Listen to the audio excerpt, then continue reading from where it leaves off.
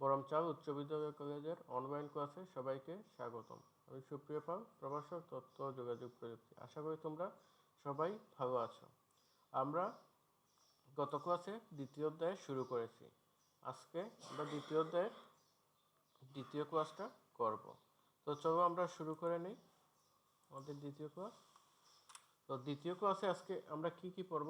প্রথমে ব্যান্ডউইথ বা data communication speed, 2 number data communication method সমান্তরাল ও অনুক্রম ডেটা ট্রান্সমিশন মেথড। এইটার ডেটা কমিউনিকেশন মেথডের দুইটা প্রকার। তারপর বিট সিঙ্ক্রোনাইজেশন, আর সবার পর অ্যাসিঙ্ক্রোনাস, সিঙ্ক্রোনাস ও আইসোক্রোনাস ডেটা ট্রান্সমিশন মেথড সম্পর্কে জানব। তো চলো আমরা শুরু করি। প্রথমে ডেটা ট্রান্সমিশন স্পিড, এটা কি? ডেটা ট্রান্সমিশন স্পিড হচ্ছে এক স্থান হতে অন্য স্থানে কিংবা এক কম্পিউটার হতে অন্য কম্পিউটারে ডেটা স্থানান্তরের হারকেই ডেটা ট্রান্সমিশন স্পিড বলে। যেমন আমরা কি করি, এক কম্পিউটার থেকে অন্য কম্পিউটার অথবা এক মোবাইল থেকে অন্য মোবাইলে আমরা সাধারণত ডেটা পাঠাই। ডেটা বলতে কি, ছবি, অডিও, ভিডিও, গান, ওইগুলো পাঠাই। তো ওইগুলো পাঠাইতে আমরা অনেক সময় শেয়ার ইট বা ব্লুটুথ ইউজ করি। তখন যখন আমরা পাঠাই তখন তোমরা খেয়াল করবা যে ওই উপরের দিকে একটা সময় উঠে বা যে পাশে একটা সময় থাকে, আর পাশাপাশি কত কেবি বা এমবি করে যায় ওইটা ওঠে। তো ওইটাই হচ্ছে যে প্রতি সেকেন্ডে কি পরিমাণ বা কত কেবি বা কত এমবি ডাটা যাচ্ছে, ওইটাই হচ্ছে যে প্রতি সেকেন্ডে যে পরিমাণ ডাটা যায় ওইটাই হচ্ছে তার স্পিড। বা আরও বলতে পারি, আমরা গাড়িতে আমরা কি দেখি অনেক সময় এই ঘন্টায় 50 কিলোমিটার বা 60 কিলোমিটার স্পিড, ওইটা হচ্ছে গাড়ির ঘন্টায় স্পিড। আর আমাদের এখানে হচ্ছে প্রতি সেকেন্ডে স্পিড। ঠিক আছে, আইসিটিতে প্রতি সেকেন্ডে স্পিডকেই বলা হয় ডেটা ট্রান্সমিশন স্পিড। আচ্ছা, এই ট্রান্সমিশন স্পিডকে অনেক সময় ব্যান্ডউইথ বলে। এই ব্যান্ডউইথ সাধারণত বিট পার সেকেন্ডে হিসাব করা হয়, বা একে ব্যান্ড স্পিডও বলা হয়ে থাকে। অর্থাৎ প্রতি সেকেন্ডে যে পরিমাণ বিট ট্রান্সমিট করা হয় তাকে বিপিএস বা ব্যান্ড উইথ বলে। এই ডেটা ট্রান্সফার গতির উপর ভিত্তি করে কমিউনিকেশন গতিকে 3 ভাগে ভাগ করা যায়: ন্যারো ব্যান্ড, ভয়েস ব্যান্ড, আর সবার শেষে ব্রডব্যান্ড। ঠিক আছে, আচ্ছা এখন ন্যারো ব্যান্ডটা কি? ন্যারো ব্যান্ড সাধারণত 45 থেকে 300 বিপিএস পর্যন্ত হয়ে থাকে। এই স্থানান্তরের গতিকে ন্যারো ব্যান্ড বলে। এই ব্যান্ড ধীর গতি ডেটা স্থানান্তরের ক্ষেত্রে ব্যবহার করা হয়। টেলিগ্রাফিতে উক্ত ব্যান্ডকেও ব্যবহার করা হয়। টেলিগ্রাফি যেমন ওই যে আগেকার সময় ছিল টেলিগ্রাফি, ওইটা। তো তারপর হচ্ছে ভয়েস ব্যান্ড। এই ব্যান্ডের ডেটা গতি 9600 বিপিএস পর্যন্ত হয়ে থাকে। এটি সাধারণত টেলিফোনে বেশি ব্যবহার করা হয়। তবে কম্পিউটার ডেটা কমিউনিকেশনে কম্পিউটার থেকে প্রিন্টারে ডেটা স্থানান্তরের ক্ষেত্রে এই ব্যান্ডউইথ ব্যবহার করা হয়। তাছাড়া টেলিফোন লাইনেও এই ব্যান্ড ব্যবহার করা হয়। তারপর হচ্ছে ব্রডব্যান্ড। উচ্চ গতি সম্পন্ন ডেটা স্থানান্তর ব্যান্ডউইথ যার গতি কমপক্ষে 1 এমবিপিএস বা মেগাবিট 1 মেগাবিট বা 1 এমবিপিএস হয়ে থাকে। এমবিপিএস 1 এমবিপিএস হতে উচ্চ গতি যেমন 1 গিগাবিট পার সেকেন্ডে হয়ে থাকে। সাধারণত কোয়েক্সিয়াল কেবল অপটিক্যাল ফাইবারের ডেটা স্থানান্তরে ব্রডব্যান্ড ডেটা ট্রান্সমিশন ব্যবহার করা হয়।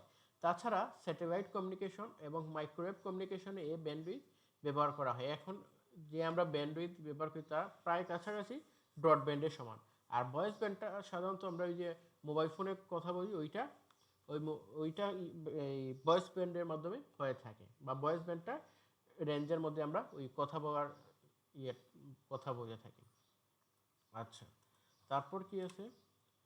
তারপর হচ্ছে data transmission method. Data transmission পদ্ধতিকে 2 ভাগে ভাগ করা যায়, যথাক্রমে সমান্তরাল বা প্যারালাল ডেটা ট্রান্সমিশন ও অনুক্রম বা সিরিয়াল ডেটা ট্রান্সমিশন।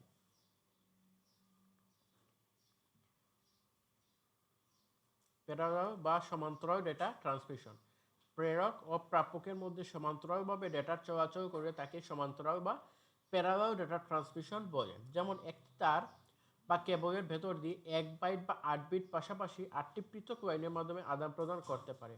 উদাহরণস্বরূপ এই যে বাইনারি সংখ্যাটা দেয়া আছে, এটা হচ্ছে 8 বিটের একটা কি বলে ডেটা। ঠিক আছে, ওই ডেটাটা ওইটা আমরা যেটা পাঠাইছি ওইটা স্থানান্তরিত হয়ে কি হয়েছে, ওইটা 8 বিটে একটা বাইনারি সংখ্যায় রূপান্তরিত হয়েছে। তো এর সুবিধা কি? প্যারালাল ডেটা ট্রান্সমিশন পদ্ধতিটি দ্রুত গতিসম্পন্ন, কারণ একসাথে অনেক বিট একটি যুগপথ চলাচল করতে পারে। অসুবিধাটা আছে কি? প্যারালাল ডেটা ট্রান্সমিশন পদ্ধতিতে একসময় n বিট ডেটা ট্রান্সমিশন করার জন্য পৃথক nটি লাইন প্রয়োজন হয়, যা ব্যয় সাপেক্ষ। ঠিক আছে, তারপর অনুক্রম বা সিরিয়াল ট্রান্সমিশন মেথড। প্রেরক ও প্রাপকের মধ্যে অনুক্রম বা ধারাবাহিকভাবে একটি বিটের পর একটি বিট চলাচল করবে তাকে অনুক্রম বা সিরিয়াল ডেটা ট্রান্সমিশন বলে। সিরিয়াল বা কমিউনিকেশন একটির পর একটি, অর্থাৎ 1 বাইট বা 8 বিটের ডেটা পর্যায়ক্রমে একটি করে আদান প্রদান করে, মানে একজনের পর আরেকজন, আরেকজনের পর আরেকজন, এইভাবে একজনের শেষ হওয়ার পর পরবর্তীটা, তার 2 নম্বর শেষ হওয়ার পর 3 নম্বর, এইভাবে একটা যেটা যায় ওইটা হচ্ছে এই ধাপকে, এই পদ্ধতিকে বলা হয় সিরিয়াল। ঠিক আছে, মডেম, মাউস এবং আরও কিছু যন্ত্রে সিরিয়াল ডেটা ট্রান্সমিশন পদ্ধতিতে ডেটা আদান প্রদান করে থাকে। আর প্যারালাল, আগেরটা কি পড়ছিলাম, প্যারালাল হচ্ছে পাশাপাশি একই সাথে 8টা বিট চলে যেতে পারে। তোমরা ধরো 8জন একই সারিতে দাঁড়িয়ে আছো, একই সাথেই তোমরা ক্রস করবে রাস্তাটা। ঠিক আছে, আচ্ছা। তারপর হচ্ছে ডেটা ট্রান্সমিশন মেথডের সুবিধাটা, বা সরি সিরিয়ালের সুবিধা। অনুক্রম বা সিরিয়াল ডেটা ট্রান্সমিশন পদ্ধতিতে ডেটার চলাচলের জন্য মাত্র একটি লাইন বা পথের প্রয়োজন হয়, ফলে খরচ ট্রান্সমিশন লাইনে অনেক দূর পর্যন্ত বিস্তৃত করা যেতে পারে। এই পদ্ধতিতে একটি মাত্র লাইন ব্যবহারের কারণে ট্রান্সমিশনে বিলম্বজনিত কোনো সিঙ্ক্রোনাইজেশন হয় না, বা সিঙ্ক্রোনাইজেশনের প্রয়োজন হয় না। অসুবিধা, একই সময়ে একটি মাত্র বিট স্থানান্তরিত হয়, ফলে এটি ধীর গতি সম্পন্ন। এই পদ্ধতিতে উৎস ও গন্তব্যে ডেটাকে কোডে রূপান্তরিত করার জন্য বিশেষ কনভার্টার যেমন ইউএআরটি বসাতে হয়, যা সার্বিক ট্রান্সমিশন ব্যয় বৃদ্ধি করতে পারে। উদাহরণস্বরূপ RS-232 প্রোটোকল ব্যবহার করে কম্পিউটার মডেম সংযোগ, এছাড়া ইউএসবি ইন্টারফেস ব্যবহার করে যে কোনো ডিভাইসের সাথে কম্পিউটার সংযোগ হলো সিরিয়াল সংযোগ। অনুক্রম বা সিরিয়াল ডেটা ট্রান্সমিশন পদ্ধতিতে, আচ্ছা এখন আমরা আসছি বিট সিঙ্ক্রোনাইজেশনে। ঠিক আছে, এটা কি একটু দেখি। অনুক্রম বা সিরিয়াল ডেটা ট্রান্সমিশন পদ্ধতিতে প্রেরক থেকে প্রাপকে ডেটা ট্রান্সমিশন হওয়ার সময় অবশ্যই এমন একটি সমঝোতা থাকা দরকার যাতে সিগন্যাল বিটের শুরু ও শেষ বুঝতে পারে। বিটের শুরু ও শেষ বুঝতে না পারে প্রাপক সেই সিগন্যাল থেকে ডেটা পুনরুদ্ধার করতে পারে না। কাজেই অনুক্রম বা সিরিয়াল ডেটা ট্রান্সমিশন পদ্ধতিতে সিগন্যাল পাঠানোর সময় বিভিন্ন বিটের মধ্যে সমন্বয়ের জন্য ব্যবহৃত পদ্ধতিকে বলা হয় বিট সিঙ্ক্রোনাইজেশন। বিট সিঙ্ক্রোনাইজেশনের উপর ভিত্তি করে ডেটা ট্রান্সমিশন পদ্ধতিকে 3 ভাগে ভাগ করা যায়। কি কি? অ্যাসিঙ্ক্রোনাস, সিঙ্ক্রোনাস ও আইসোক্রোনাস ট্রান্সমিশন। আচ্ছা, অ্যাসিঙ্ক্রোনাস ডেটা ট্রান্সমিশন স্পিডটা আমরা একটু দেখি। যে ট্রান্সমিশন সিস্টেমে প্রেরক হতে ডেটা গ্রাহকের কাছে ক্যারেক্টার বাই ক্যারেক্টার ট্রান্সমিট হয় তাকে অ্যাসিঙ্ক্রোনাস ট্রান্সমিশন বলে। এই ট্রান্সমিশনের প্রধান বৈশিষ্ট্য হল প্রেরক যে কোনো সময় ডেটা ট্রান্সমিট করতে পারবে এবং গ্রাহক তা গ্রহণ করবে। একটি ক্যারেক্টার ট্রান্সমিট হওয়ার পর আরেকটি ক্যারেক্টার ট্রান্সমিট করার মাঝখানে বিরতি সব সময় সমান না হয় ভিন্ন ভিন্ন হতে পারে। প্রতিটি ক্যারেক্টারের শুরুতে একটি স্টার্ট বিট এবং শেষে একটি অথবা দুটি স্টপ বিট ট্রান্সমিট করা হয়। ঠিক আছে, ওই যে ছবিতে দেওয়া আছে, শুরুতে একটা স্টার্ট বিট থাকবে এবং শেষে স্টপ বিট, মাঝখানে এই স্টার্ট আর স্টপের মাঝখানে 8টা বিট এর ক্যারেক্টার যাবে। ঠিক আছে, যেমন এই যে একটা কি আছে ZARIM, এখানে যে ছবিটা দেওয়া আছে এখানে বিটগুলো যাচ্ছে, এই ক্যারেক্টারগুলো একটার পর একটা যাচ্ছে, কিন্তু এটা কি উল্টা যাবে কি মিরাজ, কিন্তু এখানে কি আছে উল্টা পাল্টা হয়ে গেছে, উল্টাপাল্টা, কিন্তু ওই যে স্টার্ট বিট আর স্টপ বিট ইউজ করার কারণে আমরা বুঝতে পারবো যে কোনটা স্টার্টে কোনটা স্টপে। ঠিক আছে, তারপর ক্যারেক্টারগুলো পরবর্তীতে এখানে গিয়ে সিরিয়াল হতে পারবে। ঠিক আছে, আচ্ছা, তারপর আছে কি অ্যাসিঙ্ক্রোনাস ডেটা ট্রান্সমিশন স্পিডে। অ্যাসিঙ্ক্রোনাস ডেটা ট্রান্সমিশনকে স্টার্ট বা স্টপ ট্রান্সমিশনও বলা হয়। সাধারণত যখন সিপিইউ এর সাথে এক বা একাধিক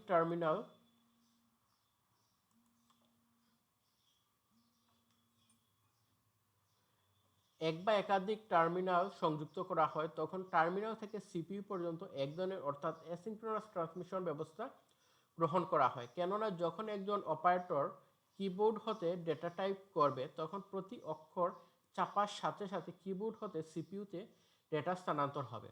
কখনোই একজন অপারেটর টাইপিংয়ের গতি একই পাওয়া যাবে না, ফলে character to character time interval অসমান বা অনিয়ম হবে। এই অ্যাসিঙ্ক্রোনাস ডেটা ট্রান্সমিশন সিস্টেমে কিবোর্ডে প্রতি অক্ষর চাপার সাথে সাথে সাথে 8 বিটের একটি ডেটা উৎপন্ন হয়। এই 8 বিটের ক্যারেক্টার ডেটাকে ট্রান্সমিশনের পূর্বে তার সম্মুখে একটি স্টার্ট বিট এবং শেষে একটি বা দুটি স্টপ বিট সংযুক্ত করা হয়। ফলে প্রতিটি ক্যারেক্টারের ডেটা 10 বিটের ডেটায় রূপান্তরিত হয়ে ট্রান্সমিট হয়। ঠিক আছে,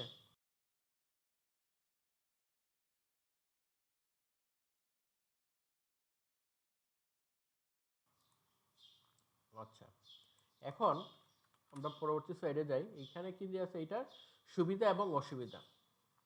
সুবিধাটা দেখি, প্রেরক যে কোনো সময় ডেটা স্থানান্তর করতে পারে এবং গ্রাহক তা গ্রহণ করতে পারেন। ডেটা ট্রান্সমিশনের জন্য প্রেরকের কোনো প্রাইমারি স্টোরেজ ডিভাইসের প্রয়োজন হয় না। এটি ইনস্টলেশন ব্যয় অত্যন্ত কম। অল্প করে ডেটা ট্রান্সমিশন প্রয়োজন এমন পরিবেশে যেমন ইন্টারনেটে এই পদ্ধতি বেশি উপযোগী।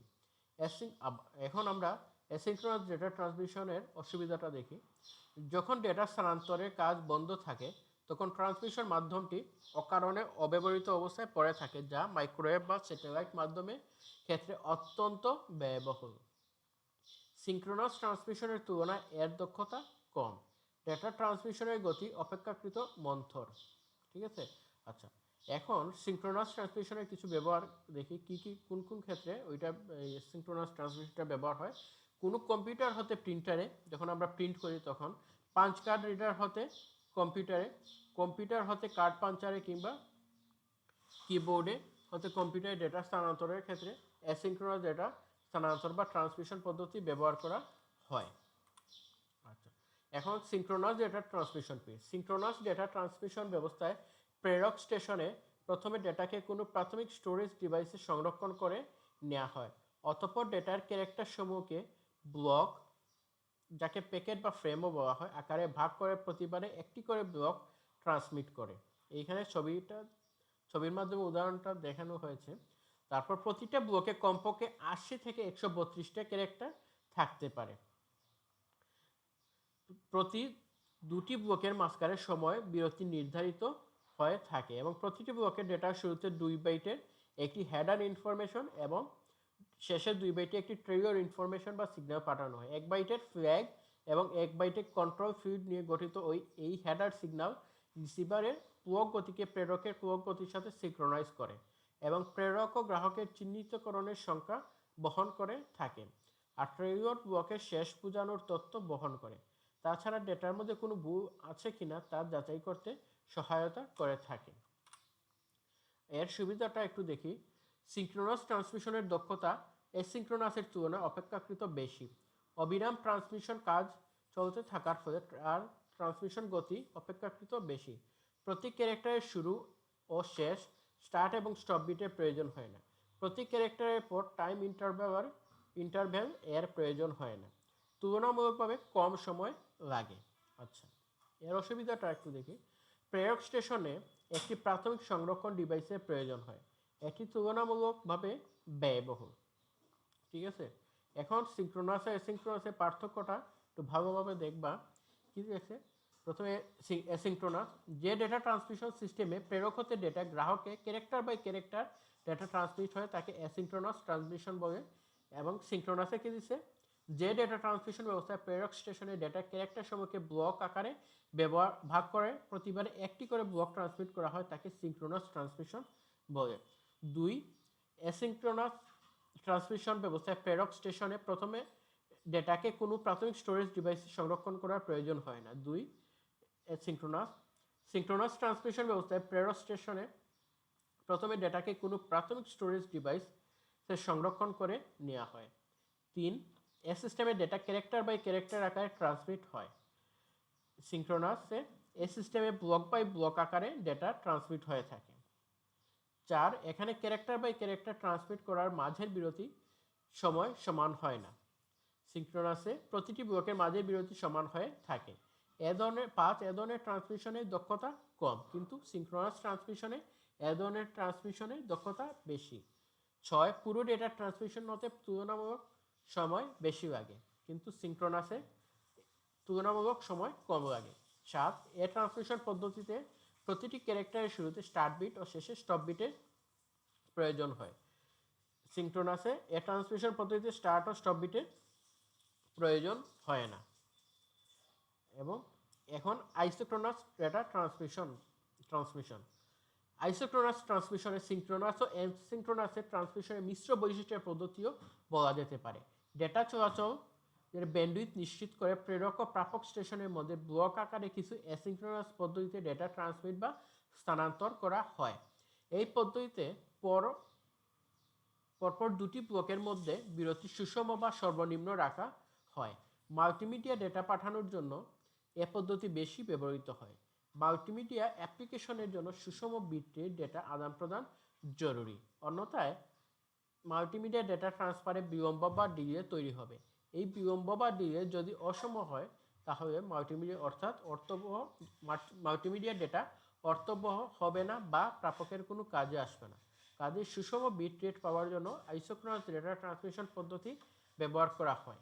এই ডেটা ট্রান্সমিশন পদ্ধতিতে ডেটা ব্লক যথাযথভাবে প্রাপক পেয়েছে কিনা তা খতিয়ে দেখার উপায় ও ভুল সংশোধন করার ব্যবস্থা নেই।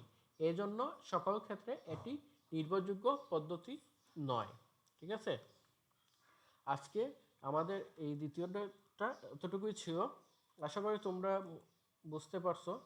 যদি কারো কোনো সমস্যা থাকে তোমরা আমাকে এই হোয়াটসঅ্যাপে নক করবা। তো আজকে এই পর্যন্তই। সবাই ভালো থাকো, সুস্থ থাকো। সবাইকে ধন্যবাদ।